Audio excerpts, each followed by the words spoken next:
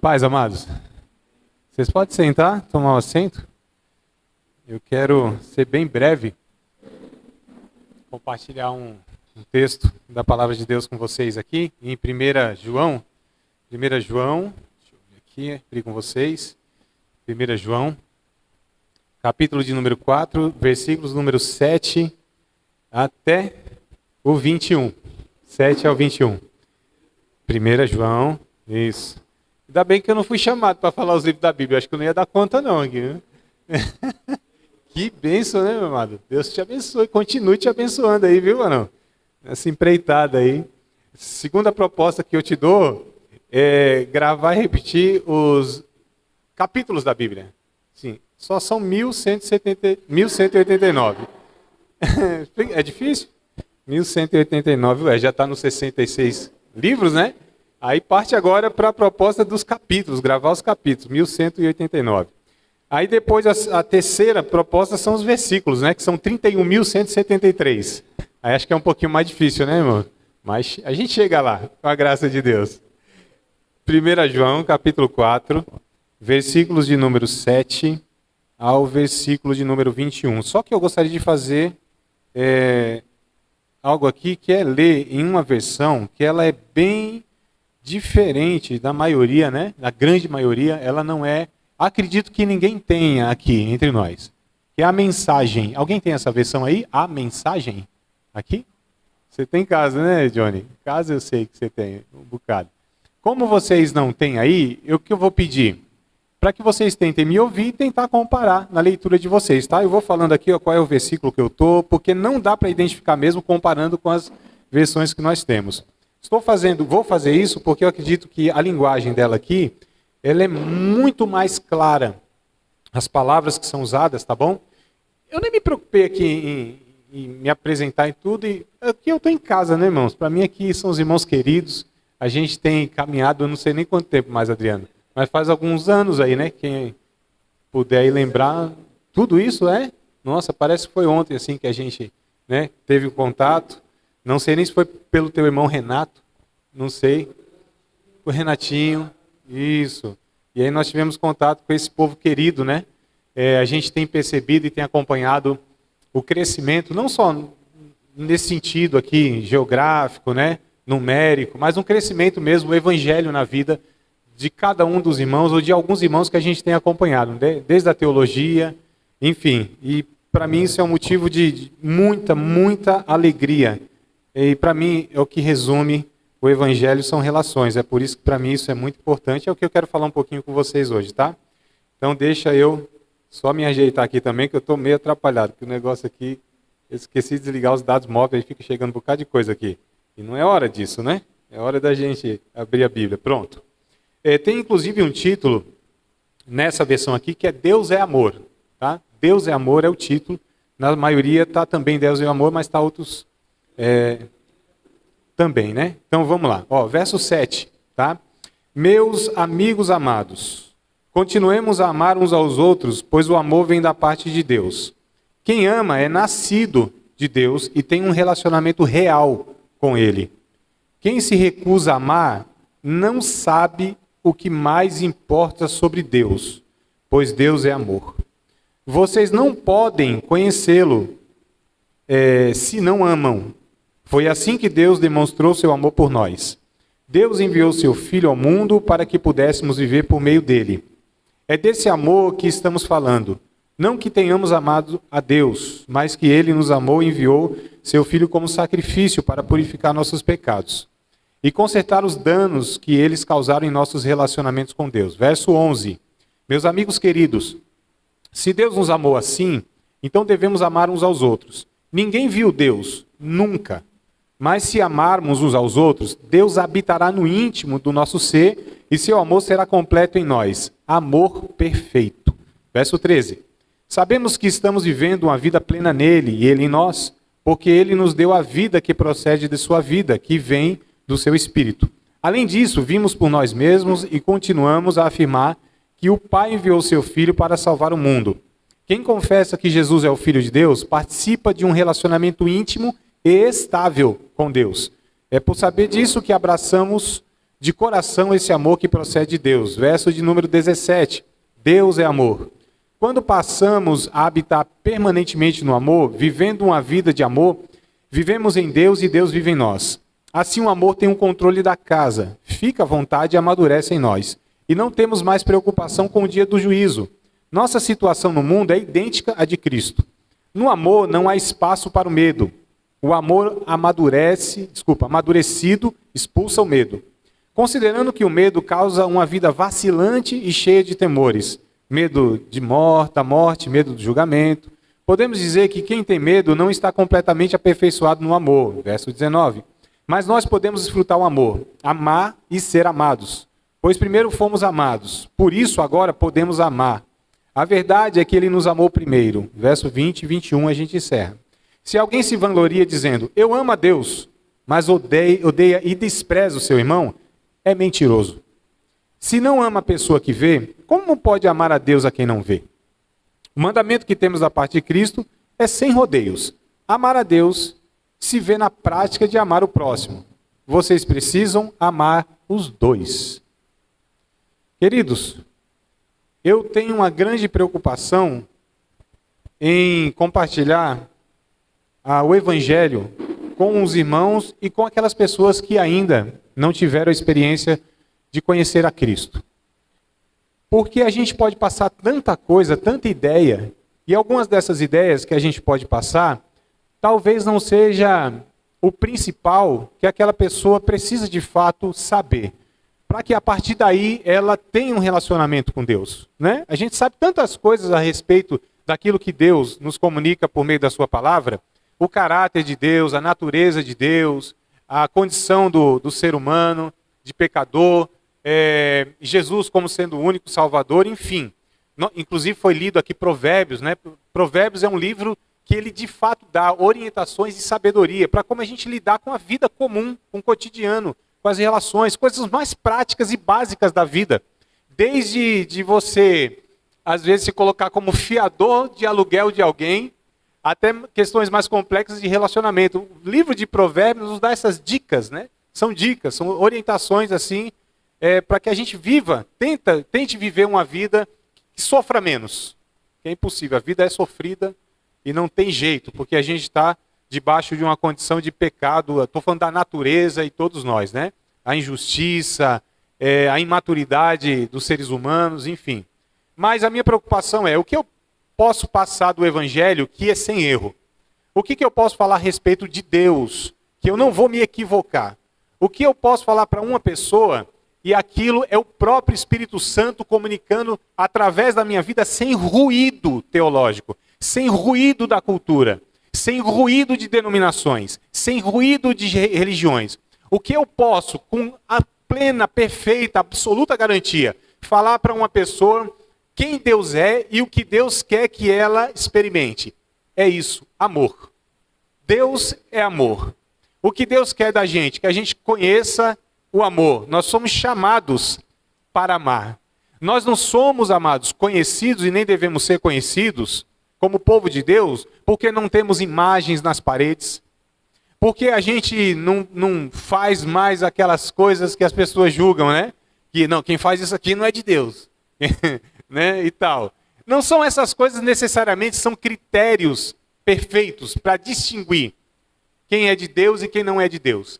Mas se tem uma coisa que a Bíblia diz que as pessoas deveriam olhar para nós e que isso seria critério infalível para falar, essas pessoas são de Deus, conhecem Deus, caminham com Deus, experimentaram Deus. Está escrito em João 13:35. Jesus disse, nisso conhecerão que vocês são meus discípulos, se vocês amarem uns aos outros. Não são os dons espirituais, não são os milagres manifestos no nosso meio através do derramamento do Espírito Santo. Não é a teologia, né, que a gente chama de equilibrada. Não é porque tem uma placa igreja evangélica e tal. Não são essas coisas que as pessoas olham para nós e conseguem perceber que nós somos um povo regenerado, resgatado e um povo amadurecido em Cristo. Não são essas coisas. É de fato, amados, se amamos. Se no momento de dificuldade de um outro ser humano, nós exercemos a misericórdia. Se diante do sofrimento humano, nós estendemos a mão e exercemos a compaixão, nós entendemos o que é empatia, nós sofremos por causa do sofrimento dos outros. Se nós julgamos menos e amparamos mais, se nós somos tardios em descer o martelo sobre a vida de alguém, mas se nós somos ligeiros em estender a mão para resgatar o ser humano daquela condição miserável, e o nosso irmão quando vacila, quando peca. Essas coisas sim, ou essa coisa sim, é de fato a evidência que nascemos de novo e que somos de Deus. É bem interessante, aqui já tentando colocar para vocês aqui, né, ambientar vocês, essa epístola aqui, a primeira, a segunda e a terceira, foi escrita por João, o mesmo que escreve o Evangelho de João e o mesmo que escreve o Apocalipse. Então esse amado irmão, ele escreve esses 5 livros. Em João, o Evangelho, ele descreve quem é Jesus. É o próprio Deus. Ponto final. No Apocalipse, ele escreve a revelação que Deus o deu a respeito do final dos tempos da história humana. Que Deus é soberano e que está conduzindo a história para aquilo que ele determinou. Ou seja, Deus está no controle da história humana. E nós não devemos nos apavorar diante das pandemias, das injustiças sociais, das guerras, até mesmo dos escândalos religiosos. Nada disso está fora do controle de Deus. Nosso Deus é soberano. E aquilo que ele determinou para o seu povo, para a sua igreja, nem inferno, Satanás, nem poder econômico, nem poderes humanos, nada poderá impedir. Deus, ele nos levará para a eternidade, como ele disse lá no começo. Então Deus está no controle da história humana. 1 João, ele vai falar, aliás, cada uma dessas 3 cartas, né, de João, ele fala sobre os relacionamentos, tá? Incentivando a comunhão íntima com o Senhor e com os outros cristãos. É o texto que eu li, acho que foi muito claro, né, irmão? Só desenhando para o negócio ficar mais claro, não é não? Com essas palavras aqui que eu li, e com o próprio texto que vocês têm aí, João é muito direto, é muito claro, não precisa elaboração teológica, não precisa estar 200 anos numa igreja para compreender esses textos aqui, porque eles são muito claros. João é muito objetivo, fala de relacionamento, sem rodeio nenhum. É interessante a gente observar aqui, amados, que o que Deus quer consertar na nossa vida são os relacionamentos. O relacionamento com Ele, né? O relacionamento com uns com os outros, que a Bíblia chama o próximo, e o relacionamento comigo mesmo, conosco. São as 3 esferas de relacionamento. Com Deus ficou facinho, porque Jesus veio e reconciliou esse negócio. Não tem mais pendenga, não tem mais arenga, não tem mais divergência, não tem mais briga e inimizade entre nós e Deus, porque Jesus reconciliou, solucionou isso, tá? Resolveu isso. Né? João 5, oh meu Deus, Romanos 5, verso 1. E tendo paz com Deus. Então está tudo certo, eu e Deus, né? Eu e o próximo é que é um dos grandes problemas que nós temos aqui ainda por resolver, e parece que isso aqui vai longe ainda. Porque alguém disse que viver com os irmãos no céu vai ser a glória, mas viver com os crentes aqui na terra, aí já é outra história. Difícil, né, irmão? Não é não? Quando a gente convive assim, mais juntinho, mais próximo, caminha um pouco mais.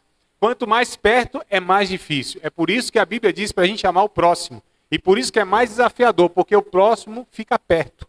E quem fica perto incomoda, denuncia. Um igual a nós, ele mostra para nós que nós somos tanto quanto ruim como ele. E aí isso nos desafia. É por isso que quanto mais perto, pior a convivência. Né?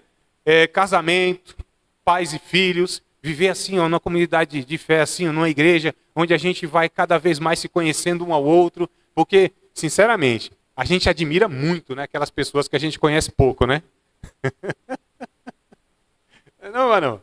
A gente não conhece tanto, a gente admira. Aí chega perto, vê o dia a dia e tal. Você fala, tem uns defeitos, não é tudo isso e tal. E aí o desafio é esse, né? a gente caminhar com essas pessoas, elas conhecendo os nossos defeitos e nós conhecendo os defeitos delas. Porque a gente projeta nas pessoas, idealiza nas pessoas, algo que não tem como elas atenderem, que é a perfeição, né? A gente logo incentiva, exorta, anima, encoraja um ao outro para que melhore na vida.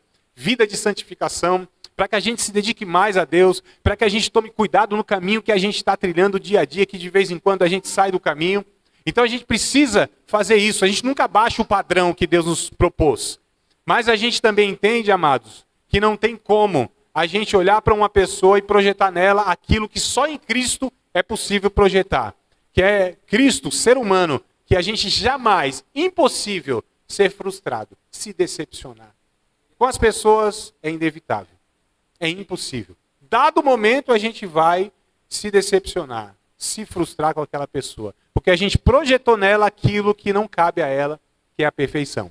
Né? Não estou dizendo com isso que a gente deve tolerar no sentido de não alertar os vacilos uns dos outros. Mas que a gente precisa com isso fazer, ou seja, alertar com amor, com misericórdia. E aí nessa primeira carta é isso que João fala sobre relações, né? Aliás, nas 3. Na primeira, ele vai falar sobre viver na luz. Capítulo 1, se vocês lerem em casa, professor não fica sem falar e dá uma tarefa de casa. Então, tarefa de casa para vocês depois ler as 3 epístolas de João, tá? E a primeira epístola, no capítulo 1, João vai falar sobre o andar na luz. O que é isso, andar na luz? Deus é luz, ele fala, né? Então, viver honestamente, viver na luz porque Deus vê todas as coisas como de fato elas são, realidade das coisas. Nós não vemos as coisas como de fato elas são. Está envolvido a nossa imaturidade intelectual, as nossas limitações psicológicas. Quando a gente olha para uma determinada questão, situação, pessoa, enfim, está envolvido uma série de dificuldades, né? Uma área cinzenta, a gente não enxerga de fato as coisas como de fato são, ainda quando a gente não está envolvido emocionalmente. Porque quando está envolvido emocionalmente, aí esquece, irmão. Aí que não enxerga mesmo as coisas. Aí que é cego na realidade mesmo. Mas Deus é luz. E nós devemos viver na luz. E viver na luz, segundo João aqui, é ser honesto diante de Deus.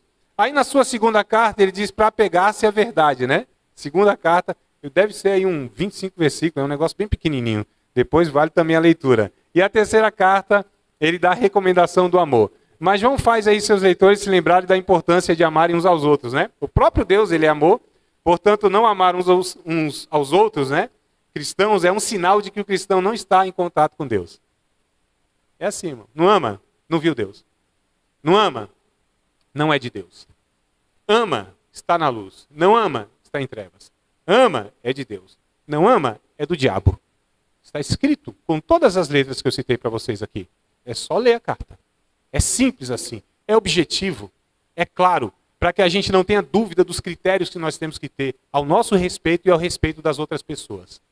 Como eu disse, nos tempos que a gente vive hoje, irmãos, o critério das pessoas está totalmente equivocado para distinguir quem é de Deus e quem não é de Deus. Tanta coisa que as pessoas elas usam para julgar. Essa pessoa é de Deus, esse pregador é de Deus, esse pastor é de Deus, essa igreja é de Deus. E não tem nada a ver. E muitas vezes deixa de fato aquilo que a Bíblia nos mostra, e é isso. É tão simples que para nós é um escândalo, né? É um escândalo ouvir um negócio desse. É difícil para mim pregar um negócio desse.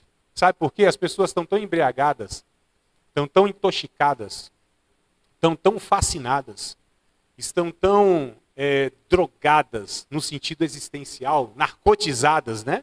No sentido existencial, que houve tanta coisa, tanto enfeitamento do pavão, que quando você chega com uma coisa simples como essa aqui, as pessoas parecem que, será? É simples assim? É isso, irmãos. Não dá para a gente reinventar a roda. Não dá para a gente querer construir a igreja segundo aquilo que a gente entende, porque é Deus que estabeleceu tudo isso. Ele é a fonte da verdade. Por que que essa geração, e tantos jovens e pessoas, elas vão para a faculdade, lê tanta coisa, e o conhecimento nunca antes na história da humanidade foi tão acessível, foi tão volumoso, e as pessoas têm dúvida de tantas coisas. Porque elas estão buscando a sabedoria na loucura que os homens construíram. Paulo diz isso em 1 Coríntios, que Deus apanha o sábio na sua própria loucura, porque eles desprezaram a cruz de Cristo. Mas para nós que somos salvos, a cruz de Cristo, o Evangelho, é o poder de Deus, que é muito simples. Paulo vai dizer, Cristo crucificado, pronto e acabou. Não é, irmão? João, ele viveu num tempo onde a igreja começou a ser muito perseguida. No ano 70 depois de Cristo, o que acontece? O general Tito, romano, invade Jerusalém e destrói a cidade de Jerusalém. Daí os judeus começam, e a igreja também, né, vivendo em Jerusalém, Israel, começam a se dispersar por todo o mundo. Aí se dá uma grande perseguição para os cristãos em todo o mundo. No ano 81, um imperador chamado Domiciano, é ele quem assume o império, é coroado como imperador. Ele então começa a intensificar muito mais a perseguição entre os cristãos. Paulo é quem começa a escrever um monte de textos para a igreja, né, para as igrejas no mundo, que ele mesmo, a maioria delas, ele plantou, e fala para os irmãos não se apavorarem com aquela perseguição, com o sofrimento que estão passando, com a privação que eles têm. Muitos irmãos morrendo, inclusive, sendo torturados. Porque imagina só a crise, né, de fé desses irmãos. Jesus morre, ressuscita, ascende ao céu, é o Todo-Poderoso, é aquele que é o Senhor do mundo e da história, mas esses irmãos estão sofrendo e parece que Jesus não está preocupado e não está fazendo nada. Então, Paulo se preocupa em alertar a igreja que a perseguição, ela é natural e Jesus tinha falado. Que aqui, olhe para cá, olhe para cá, olhe para cá, ó, todo mundo para cá. Aqui, ó. Agora. Eu vou ter que pôr óculos depois que eu não enxergo as letras. Olhe para cá, no meio da minha sobrancelha. Procure onde ela se divide. Enquanto você não achar o pelinho que divide o esfero norte do sul, leste do oeste, não pare de olhar para mim. Eu sei que vocês se dispersam muito fácil, né? Ainda mais uma criancinha bonitinha dessa passando aqui, vocês perdem logo a atenção. Venha para cá, olhe para cá. Então, o que acontece, queridos? O Paulo, ele se preocupa muito em falar sobre a perseguição. João, não. João, ele não está preocupado com isso. A preocupação de João é falar sobre os irmãos. Como deve ser a sua convivência. Ele não está preocupado na perseguição externa. Ele está preocupado no equívoco interno da relação desses irmãos. Porque essa relação entre os irmãos, esse entendimento, é que de fato iria construir neles o evangelho, a vida e a evidência que eles seriam salvos. A evidência que somos salvos, amados. Não é porque Deus nos usa, como eu disse, através de tantos dons espirituais. Essas coisas são acessórios, são importantes. Deus nos incentiva a buscar todas elas.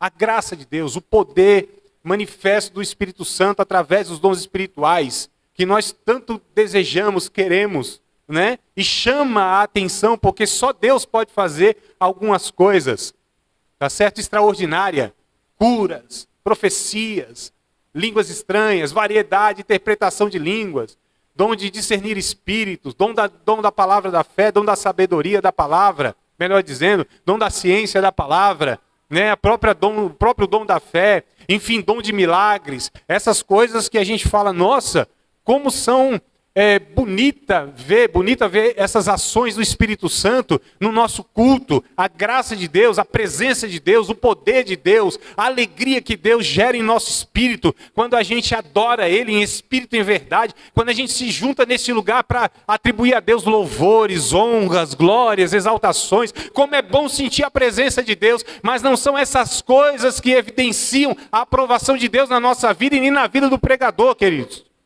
Jesus disse que pode, e vai acontecer isso, hein? Lá na eternidade, diante de Jesus, vai dizer assim, querendo se justificar, Senhor, mas como assim o Senhor está me rejeitando? Em teu nome eu profetizei, eu curei, eu expulsei demônios, eu falei línguas, e Jesus disse, essas coisas não evidenciam a tua salvação, não conheço vocês malditos, que vocês praticam a iniquidade. E quem pratica a iniquidade é aquele que não ama, porque quem ama não pratica a iniquidade.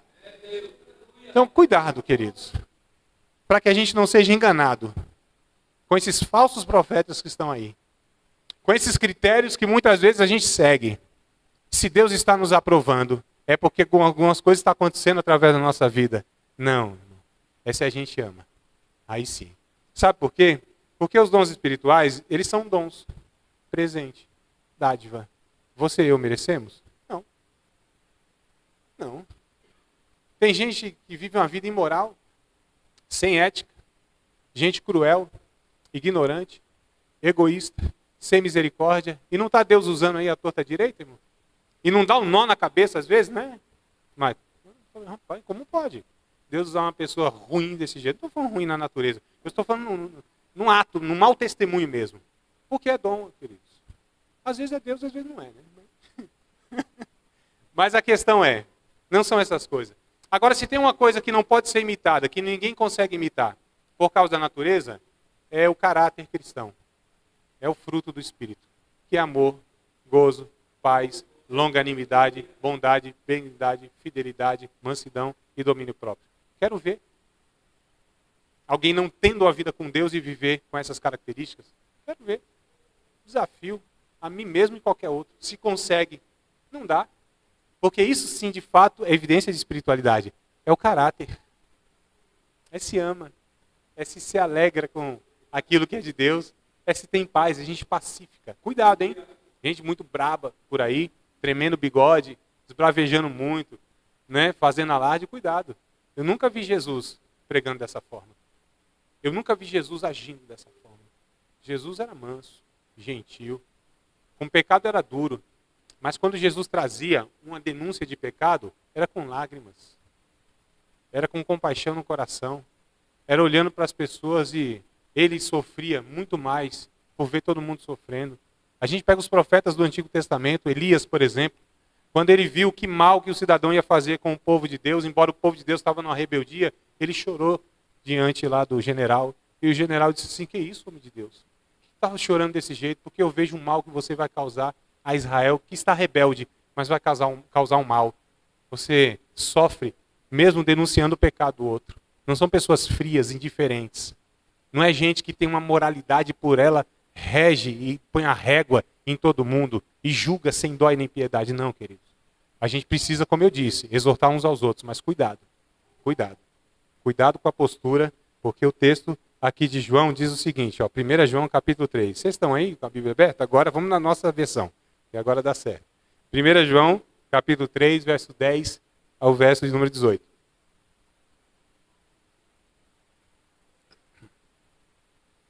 Diz assim, em 1 João 3, 10 ao 18. Nisso são manifestos os filhos de Deus e os filhos do diabo. Olha como o negócio aqui é bem claro, irmão. Nisso são manifestos os filhos de Deus e os filhos do diabo. Ou seja, quem é um, quem é outro. Qualquer que não pratica justiça e não ama seu irmão, não é de Deus. Porque esta é a mensagem que ouviste desde o princípio, que nos amemos uns aos outros. Não como Caim, que era do maligno e matou seu irmão. E por que causa matou? Porque as suas obras eram más e as de seu irmão justas. Meus irmãos, não vos maravilheis se o mundo vos aborrece. Nós sabemos que passamos da morte para a vida, porque amamos os irmãos. Quem não ama seu irmão, permanece na morte. Qualquer que aborrece seu irmão é homicida. E vós sabeis que nenhum homicida tem permanente nele a vida eterna. Conhecemos a caridade nisto. Olha como nós conhecemos o amor. Que ele deu a sua vida por nós e nós devemos dar a vida pelos irmãos. Prático. Versos 17 e 18. Quem, pois, tiver bens do mundo e vendo seu irmão necessitado lhe cerrar o coração, como estará nele o amor de Deus? Meus filhinhos, não amemos de palavra nem de língua, mas por obra e em verdade. Então eu subir nesse púlpito e falar que eu amo, não vai assim ter efeito nenhum e não será verdade se eu não colocar isso em prática nos relacionamentos, no cotidiano, fora desse ambiente propício para representação e para hipocrisia. Mas lá onde ninguém me vê, lá na necessidade dos irmãos. É por isso, querido, que nós precisamos nos envolver uns com os outros.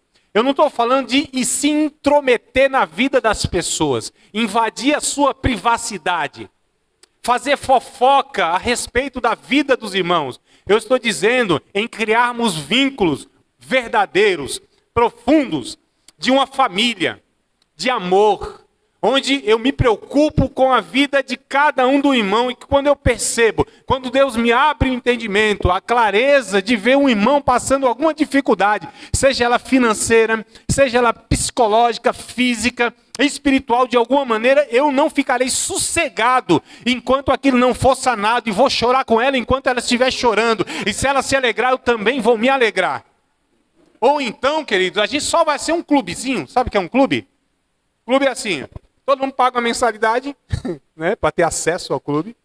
Aí vai no clube, desfruta lá o finalzão de semana, as famílias, vai diversas famílias no clube, né? E o pessoal até se conhece. Oh, como vai? Boa, tranquilo, tal. Bom lazer, bom passeio, aquela coisa toda. Mas não tem vínculos.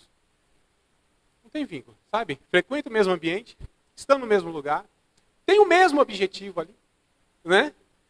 Tem assim um conhecimento mais superficial, mas nunca se envolve na vida de ninguém. Se nós somos igreja de Jesus, genuína, verdadeira, bíblica, a gente precisa se envolver uns com os outros. A gente precisa olhar para o irmão e cuidar dele nos momentos difíceis. Porque quando a gente tem uma dificuldade na vida e a gente não tem uma família que cuide, para que ter família? Qual o sentido de igreja? Por que a gente se reúne no lugar? Um bando de egoísta, individualista, que quer a sua bênção de Deus? Não é? A gente precisa pensar nisso. O texto de Mateus, capítulo 5, versos 23 e 24, vai dizer o seguinte: se tu fores ofereceres a Deus alguma oferta, e aí te lembrares, teu irmão tem alguma coisa contra ti, deixa lá a tua oferta. Vai lá se reconciliar com teu irmão, depois volta e oferta a Deus. Por que Jesus disse isso? Capítulo 5 de Mateus, versos 23 e 24. E nós lemos aqui em João sobre Caim e Abel. Por que essas coisas estão aqui? Eu estou correlacionando essas coisas. Porque se a gente for lá no primeiro culto que houve na história da humanidade, culto é um lugar perigoso, porque foi o primeiro homicídio, foi num culto. Né? É perigoso o culto, né, irmão? No primeiro culto houve o primeiro homicídio. E quem mata um outro? Um irmão mata o outro irmão. Caim mata o Abel. Por que causa matou? Agora percebam aqui, atenção aqui, ó. Olha que coisa interessante. O texto lá de Gênesis vai dizer que Caim vai oferecer a Deus a sua oferta, Deus rejeita Caim e a sua oferta. Abel vai oferecer a sua oferta, Deus aceita Abel e sua oferta. Nessa ordem aqui. Para Deus receber alguma coisa de nós, tem que nos receber primeiro. Eu posso fazer o que for. O que for, irmão. Se Deus não me recebe, Ele não recebe nada que venha de mim. Nada produzido por mim. Pode ser profecia. Pode ser, assim, todo o conhecimento do mundo eu usar em prol, tá certo? Do reino de Deus. Olha, perceba aqui. Eu posso falar a língua dos anjos e dos homens. Eu posso dar minha vida como mártir no campo missionário. Dá para imaginar um negócio desse? Posso fazer isso. Se não for imbuído de amor, se não for originado pelo amor, é como um sino frio que retine, faz barulho, mas não tem vida. É o que o texto diz. Se não há amor, pode fazer o que for. Com Deus, para Deus não é oferecido como legítimo. Deus não reconhece. Se você vender dinheiro, por exemplo, na salva aqui, a tesouraria agradece muito bem, obrigado, hein? Está precisando aí, que o negócio não está fácil não. Mas Deus não recebeu aquela adoração. Você pode cantar, pregar, ensinar, fazer o que for. Aparentemente vai falar, nossa, está de fato servindo a Deus e adorando a Deus. Mas Deus olha para o coração e muitas vezes vê uma intenção, vê uma raiz que não é do amor. E aí Deus fala, nada disso é legítimo diante de mim. Não recebo nada disso. A gente se engana. A gente vai tudo assim no embalo, dizendo, eita, estamos fazendo alguma coisa para Deus. A gente é povo de Deus. Deus está dizendo, não conheço vocês. Eu só conheço as pessoas através do relacionamento de amor. Não há outra possibilidade. O cuidado e a compaixão são alguns aspectos de quem ama, né? Gálatas capítulo 6, preciso levantar aqui para ver a hora. Gálatas capítulo 6, verso 1 e verso 2. Bora lá, meus queridos, abrir a Bíblia aí. É estudo bíblico, você não avisou não, mano? Não quero estudo bíblico. Então tá bom demais. Gálatas capítulo 1, verso 1, capítulo 6, verso 1 e o versículo de número 2. Olha só. Então o cuidado e a compaixão são alguns aspectos, né? De quem ama. No capítulo 6 de Gálatas, Paulo vai dizer assim, irmãos, se algum homem chegar a ser surpreendido em alguma ofensa, vós, que sois espirituais, encaminhai o tal com espírito de mansidão, olhando por ti mesmo, para que não sejas também tentado. Versículos de número 2. Paulo continua dizendo, levai as cargas uns dos outros, e assim cumprireis a lei de Cristo. Não é que a gente vive sem lei, não, irmãos. Não é que era um negócio do Antigo Testamento. No Novo Testamento, a nova aliança, tem lei. Qual é a lei? A lei de Cristo. Qual é a lei de Cristo? O amor. Simples assim. Né? João, capítulo de número 13, verso 34. Eu disse o 35. O 34 que Jesus está dizendo. Um novo mandamento vos dou. Tem uma lei nova para vocês, hein? Qual é a lei? Amar uns aos outros. Aí, tá brincando, Jesus. Isso aí já estava escrito lá atrás. Como um novo mandamento? Será que Jesus quis dar uma... Teologicamente, academicamente, um termo refinado, a gente fala assim, migué. Não é de migué. Entendeu? Não é que Jesus quis dar de migué. Vou ensinar um negócio novo e esse povo não sabe. Não é que vocês amem uns aos outros. Não, Jesus, já estava escrito lá atrás. Mas ele diz assim, que vos ameis uns aos outros assim como eu vos amei. Isso é novo. Isso era novo. Da forma que Jesus estava amando, se sacrificando, se doando, renunciando em prol do povo. Pensando no outro ao invés dele mesmo. Aí ele faz toda a diferença. Que vocês ameis uns aos outros, assim como eu amo vocês. Não como os antigos. Que amava enquanto atendia o parâmetro da lei. E quando não atendia, meu irmão, pedrada, fogo, paulada e tudo mais. Né? Que são os crentes da lei. Do parâmetro moral, religioso. Que assim, não atendeu o parâmetro da lei, fogo, chute, bomba e porrada, como diz hoje, né? Colossenses capítulo 3, versículo número 16, ainda sobre o cuidado. Então, Colossenses, capítulo de número 3, vamos um pouquinho para frente, tá? A gente estava em Gálatas, vamos um pouquinho para frente, vai lá em Filipenses e chega em Colossenses, capítulo 3, verso 16. A palavra de Cristo habite abundantemente em toda a sabedoria, ensinando e cuidando uns dos outros. Olha o que o texto vai dizer. A palavra de Jesus habite em vocês ricamente, em toda a sabedoria, ensinando e cuidando uns dos outros. Pode estar admoestando aí o termo, mas é isso o sentido.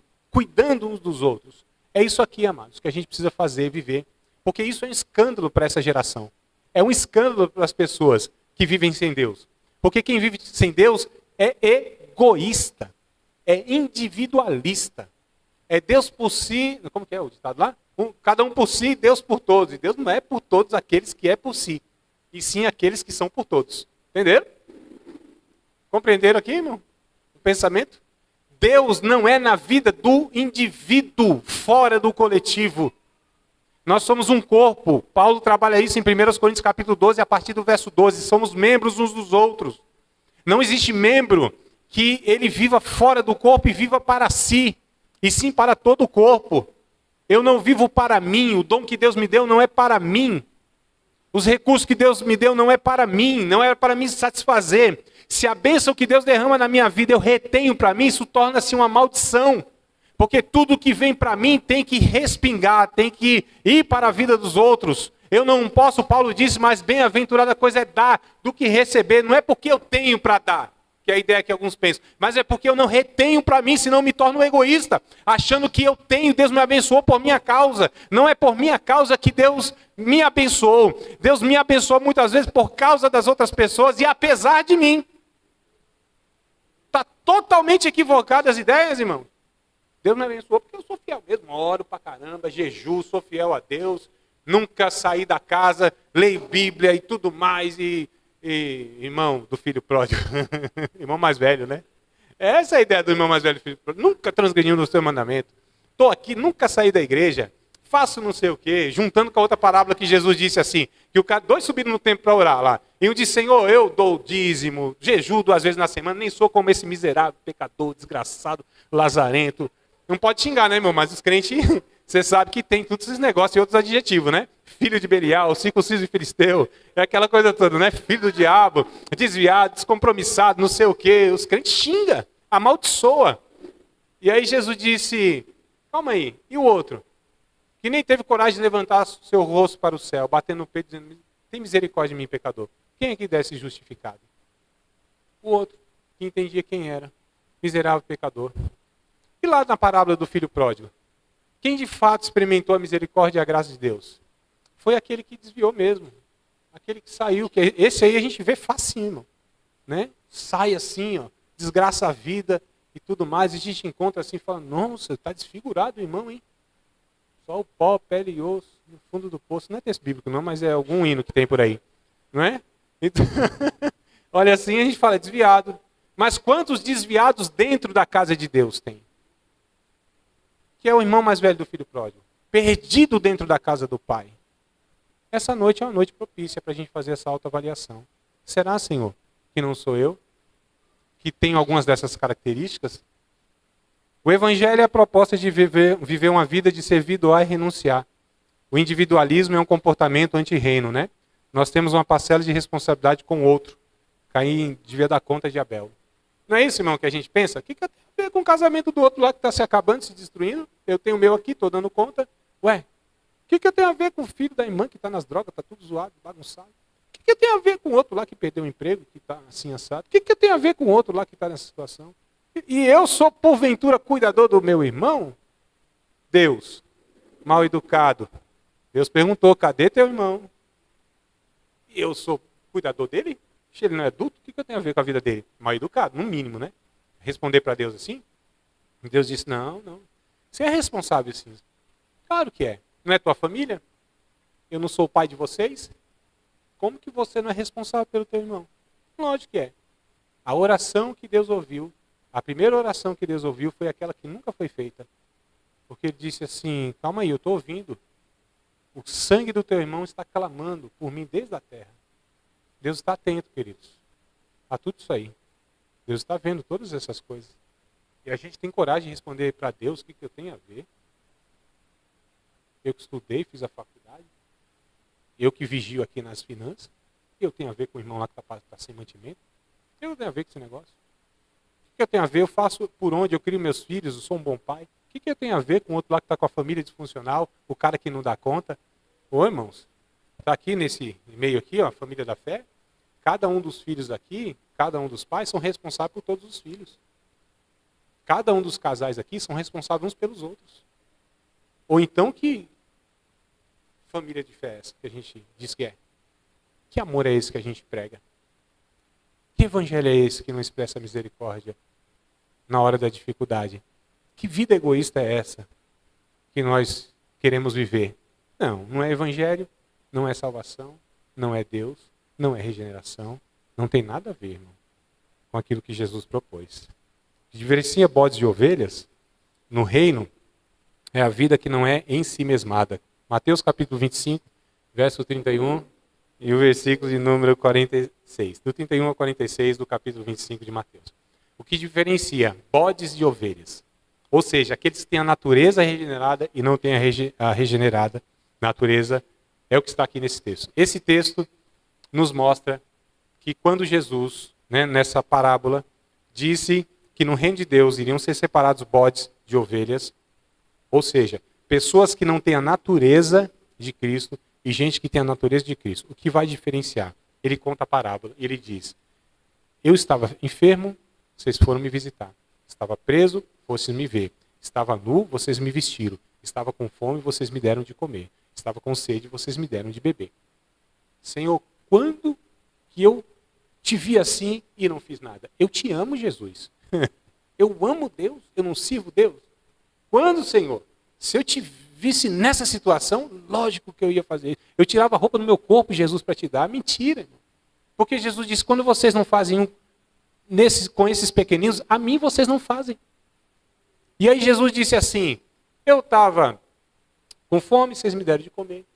Eu estava com sede, vocês me deram de beber. Eu estava nu, vocês me deram uma roupinha da hora, legal.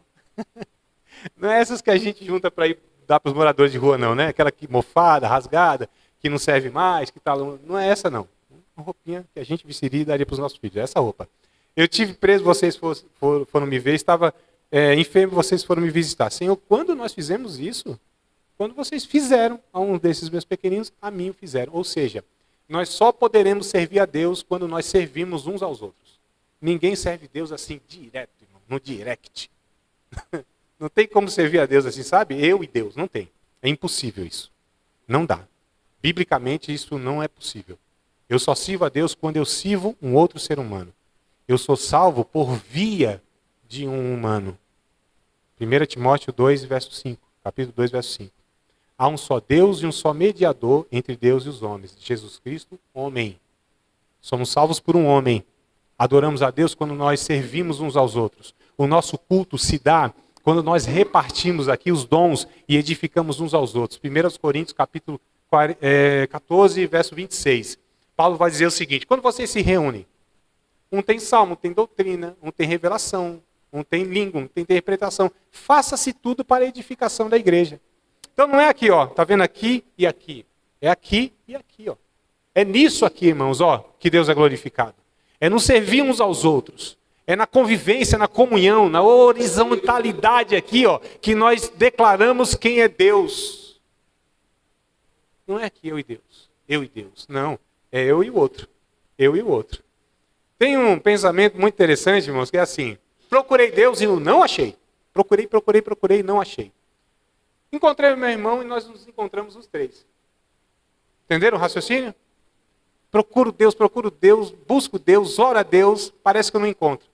Quando eu encontro meu irmão e o sirvo, os três estão presentes. Eu, meu irmão e Deus. Porque é relacionamento evangelho. Não é outra coisa, irmão. E é relacionamento de família, pautado no amor, na misericórdia, na compaixão. Porque sem essas coisas não existe evangelho. Existe sim muita religião. Evangelho não. Evangelho produz vida em face da morte. Religião só reproduz morte sobre morte. Se você quer saber se você é de Deus, se o evangelho é verdadeiro na sua vida, você quer saber disso? É quando você olha alguém sofrendo e te dói o coração. É quando você olha para um irmão que era fiel a Deus, uma irmã que te abençoou tanto na vida cristã, congregou contigo, está lá na ceia, imagina na ceia, aquele culto do amor, a comunhão, todo mundo lá com seu pãozinho na mão, com seu cálice na mão, pensando: Jesus, 30 dias, eu acho que eu toda hora, eu posso participar desse negócio, eu dei conta, vou participar dessa ceia, louvado seja Deus. E Paulo diz: vocês não estão celebrando ceia coisa nenhuma, estão cada um comendo o seu próprio pão, o seu próprio vinho, não estão discernindo o corpo do Senhor. Vocês não estão olhando para os outros. Que conversa é essa, irmão? Na ceia, a gente consegue fazer uma reflexão dessa? Na ceia, nós deveríamos sentar, pegar aqueles elementos, olhar ao lado e sentir falta dos irmãos que fizeram parte da nossa caminhada. E não tomar aquela ceia tranquilo, mas com lágrimas nos olhos, dizendo: Senhor, a próxima ceia que o fulano esteja aqui, que o cicrano esteja aqui, aquele que pecou, aquele que vacilou, Senhor, não me deixa ficar tranquilo, enquanto ele não estiver aqui nessa mesa, participando da mesma coisa que eu estou participando. Não pegue o martelo do julgamento, mas derrame a lágrima nos pés de Jesus, oferecendo uma adoração para Ele. Quando você intercede pelo outro, pensa no outro. A gente precisa parar de olhar para o nosso próprio umbigo, para os nossos próprios acertos, irmãos. A gente precisa quebrar essa roda de morte, de religiosidade que se alastrou pelo nosso país, de religiosos, de gente que massacra o outro, que acaba de matar quem caiu, mas que possamos não trilhar cana quebrada, não apagar o pavio que fumega, mas que a gente seja tocha de Deus, acendendo aqueles que estão apagados aí pelo pecado, pelo diabo, pelo vacilo. Que o Espírito Santo possa nos encher de graça, de amor, de misericórdia.